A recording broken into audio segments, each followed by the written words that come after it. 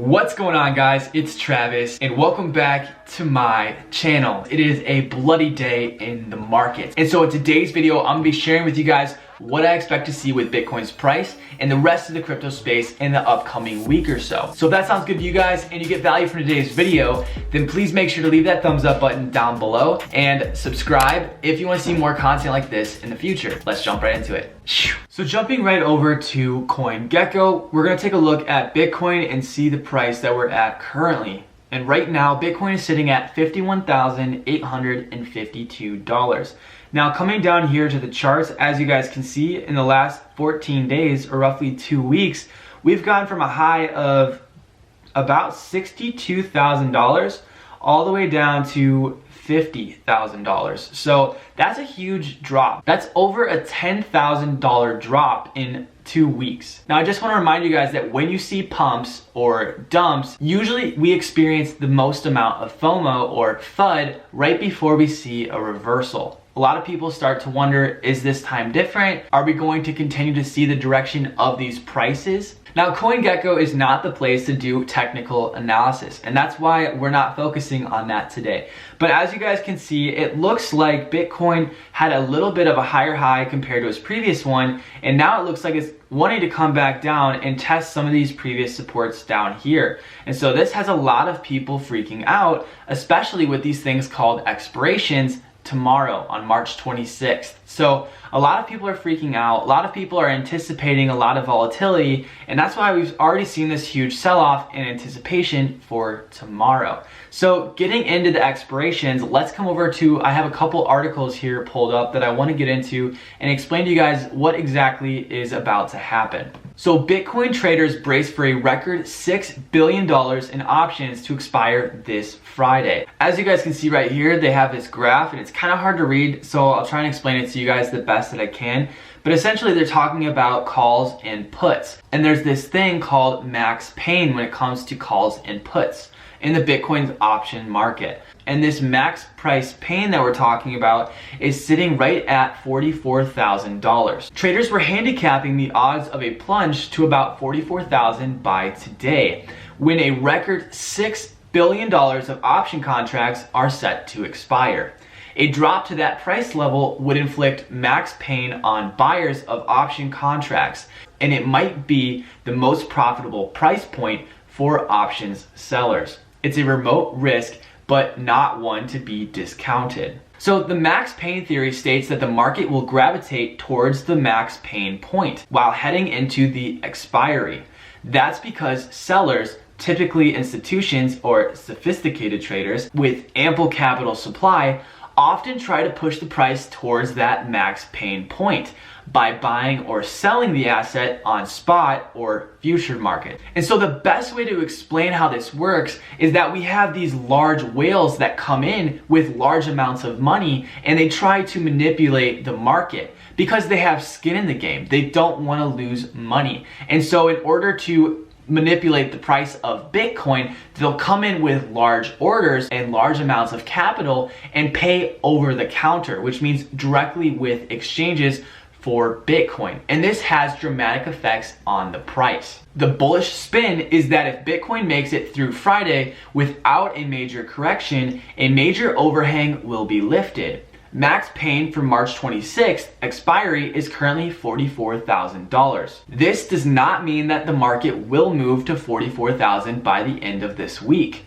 but it does imply that after Friday, this potential downward pressure no longer exists. These options will be expiring, which means there won't be this looming need for these large institutions to try and drop the price of Bitcoin. Now they can load up at these lower prices and ride it out for the next wave. So they say they've seen a lot of carry trades this expiry as the futures premium expanded from 15% to 25% per annum earlier this year. Bellani said, adding that 60% of the short futures positions opened in carry trades are yet to be rolled over to April expiry. Rolling over short futures means carrying over bearish positions from the current expiry to the next month. So essentially what that means is that all of those short positions that were meant for today in March would be rolled over into April. And if that happened, then we would have more of a bearish outlook on Bitcoin, because it would be in the institution's best interest to try and keep the price of Bitcoin down so that they don't end up losing a ton of money if the Bitcoin price does continue to rise. And so without that bearish pressure on the market,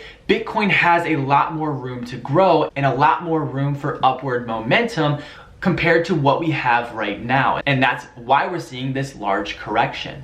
And here is another great article by Cointelegraph that I think we could all get a lot of value from. So the bulls are favored ahead of record $6.1 billion Bitcoin options expiring today. So over the past 2 months, the open interest on Bitcoin options increased by 60% to reach $13.5 billion as the Bitcoin price rose to a new all-time high.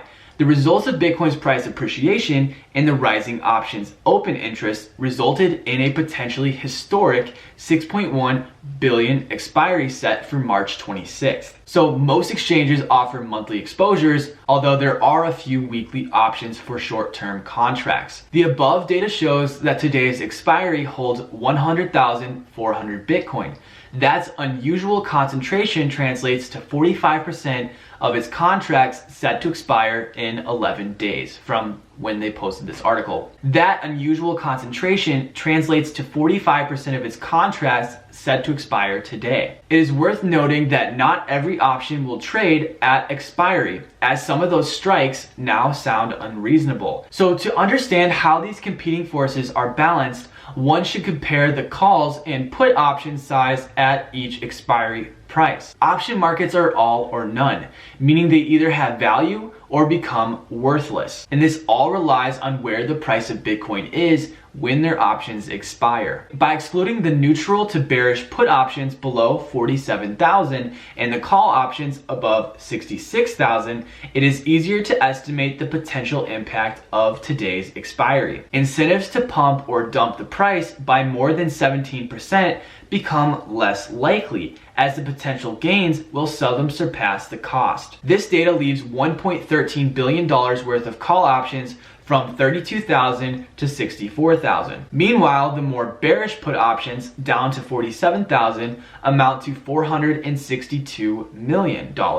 Therefore, there's a $668 million imbalance favoring the more bullish call options, which means the bulls have more of an incentive to keep the price of Bitcoin from going down. The March 26 expiry will be far less than $6.1 billion. While a $6.1 billion options expiry could be worrisome, now listen to this, guys.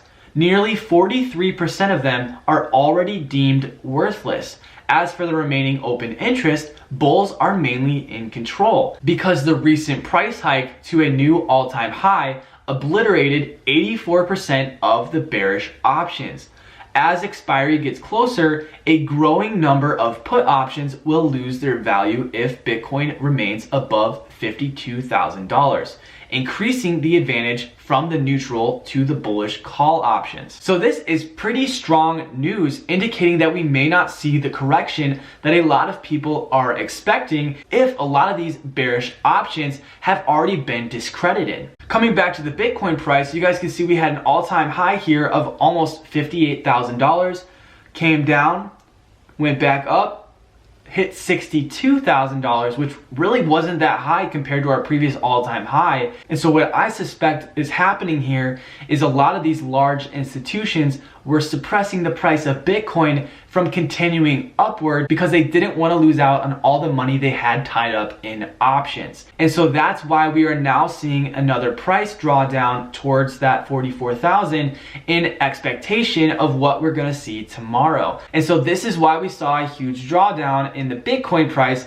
before the expiries. I also want to talk about the Dixie, or the dollar, that has a chart that is almost the direct opposite of the Bitcoin price, because we're seeing a lot of volatility and a lot of uncertainty in the markets right now. And usually when you see a lot of uncertainty, you tend to see people go to cash. But this will all be short-lived when we finally get hit with this inflation.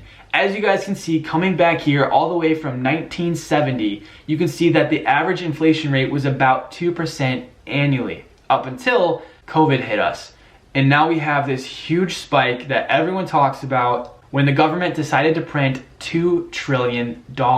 This was just from the first stimulus package. This does not include the second or the third. And as you guys can see right here, they've actually discontinued this chart. They made an M2 money stock and they discontinued that because they've printed so much money, it's embarrassing. You can see this was roughly $2 trillion they printed right here. We just received almost a $3 trillion stimulus package. So this huge pump that you can see right here is almost tripled from where it is on this chart. Now, if you're new to investing or not familiar with economics, then you need to understand that there's a huge problem with this chart. Because when you print money, you are taking the value away from whatever it is that you're printing. Because when you have more of that thing, it becomes worth less and less because everyone has more of it. It's less scarce. And so that thing, or in this case, the US dollar, has less of a purchasing price. And this means that the cost of goods will go up, the cost of gas will go up, as you guys have noticed. And so while we're seeing a rise in the dollar right now because of uncertainty, in the long run, this will hurt the US dollar tremendously because this cannot be sustained. And then lastly, what I want to talk to you guys about, that despite the fact that Bitcoin has been continuing this downward momentum, we have so much news, so much positive news coming down the pipelines. As you guys can see right here in Markets Insider, they're talking about the Bitcoin ETFs. And as you guys can see, there's a lot of well-known companies that are trying to come out with the first US ETF, with one of the largest being Fidelity. Fidelity, the $4 trillion hedge fund giant, applied to list a Bitcoin ETF called the Wise Origin Bitcoin Trust. Then you come down here, they've got VanEck, Skybridge Capital, Wisdom Tree Investments, New York Dig, Valkyrie Digital Assets, and so much more. They're all trying to get their hands on the Bitcoin ETF. And if these large institutions are trying to get ETFs, that's because they are seeing a huge demand to buy Bitcoin that a lot of their large investors don't feel like they can invest in yet. And so with opening up these ETFs, we're going to have a new wave of so much money coming into the Bitcoin space that wasn't able to get here before because of the sheer volume of the money that's going to be coming in. So I'm expecting some very big moves with the Bitcoin price in the next couple of weeks. So I don't expect to see as much of a drawdown from these expiries as a lot of people are expecting, because we've already had about a 15% drop from our all-time highs. Could we go down 30%, 40%? That is very possible. But at the end of the day, Bitcoin will continue to go up because there are so many fundamental problems that are happening all around us. And what's blaringly obvious is the US dollar. And unfortunately, the huge amount of inflation that all of us are going to be experiencing in the next couple of years because of all the money that they're printing. And so Bitcoin is my way of hedging against that hyperinflation that we'll be seeing in the near future. But that's pretty much all I've got for today's video, guys. And so now hopefully you know a little bit more about these options, how they work, and their expiration dates. And so if you guys did get value from today's video, then please make sure to leave that thumbs up button down below and subscribe if you want to see more content like this in the future. As always, feel free to leave comments down below. I love hearing from you guys. I love answering you guys' questions. You guys mean so much to me. It always makes my day when I get to hear from you guys. But I'm Travis Trades, and I'll be seeing you guys very soon in the upcoming episode. Take it easy, guys.